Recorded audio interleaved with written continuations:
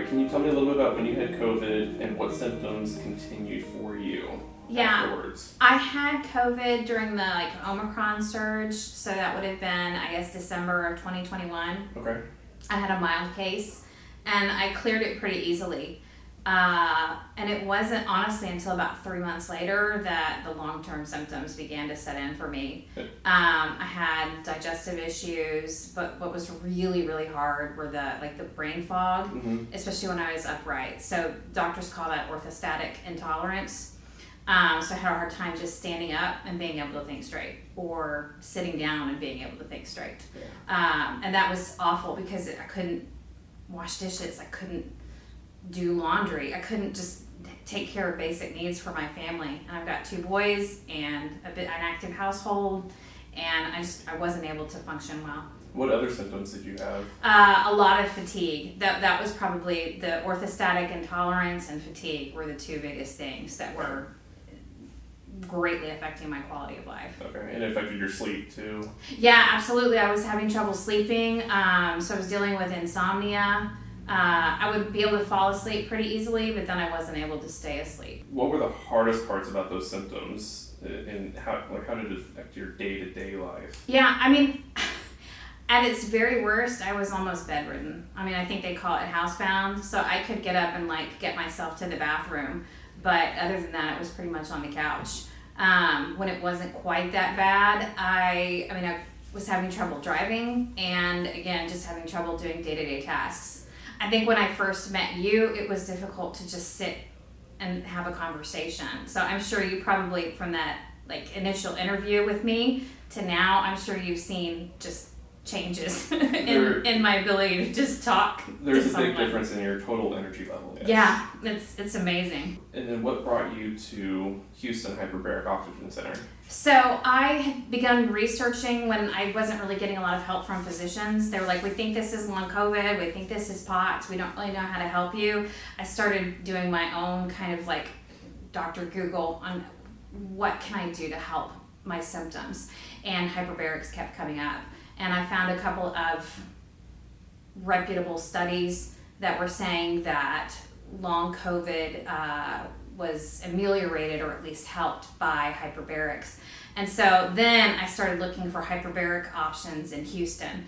And I found they're kind of popping up all over the place, like mild hyperbarics, but all of these studies were using medical grade hyperbarics, so you have to go to a certain level of PSI. And you guys were one of the only facilities that I could find that was not at a hospital somewhere and that was reasonably priced.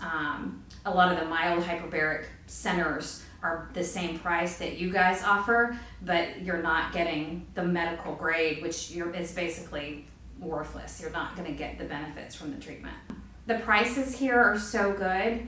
I know that I called around to a couple of different medical hospitals, and it's a fraction of the cost of what you'll have to pay at a hospital to get this treatment. Yeah. So I'm really thankful that I can have the treatment. How many treatments have you had so far, and what benefits have you seen up to now? So I think I'm at treatment 23, or maybe I'm 24 today. I think I'm 20. Am I 23 or 24 today? I think it's on 23. I think I'm 23 today. And I've noticed an incredible improvement in my energy level. Mm-hmm. So I was crashing every day at about 5 o'clock, and now I can pretty much have a normal day. So that's a huge improvement. I'm also able to sit and have a conversation with somebody, or stand up and have a conversation with somebody. Driving to get my hyperbaric treatment isn't a struggle. I'm able to go and pick my kiddo up from school. I'm able to make dinner. So I'm not saying that it's completely resolved my issues, but I've had an incredible improvement in my quality of life. It's helped me tremendously. What would you say to those considering HBOT but have reservations about trying, or those that are not sure about it? I would say get in touch with Houston Hyperbaric Oxygen Center.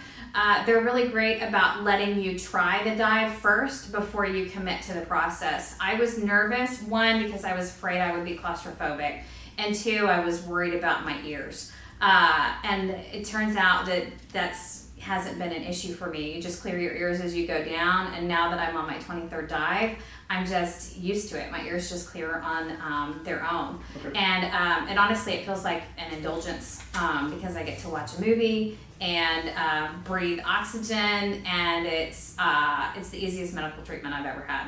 And that was the thing that I was most nervous about, was really the ears. Like, I was like, I wonder if I'm going to have tubes. Like, That's the hardest part for everyone. I was like freaked out, and it's no big deal. What has been your experience with Houston Hyperbaric Oxygen Center and your interactions with the staff? Brad and Ashley and Jackson make me feel like family. So, and I know they take really good care of me. They take my vitals when I come in, and they take my vitals when I leave. And I just know that I'm in really good hands. You can tell that they know what they're doing. Would you recommend hyperbaric oxygen treatments to someone that you know? Yes, 100%. Especially if they're dealing with something like long COVID,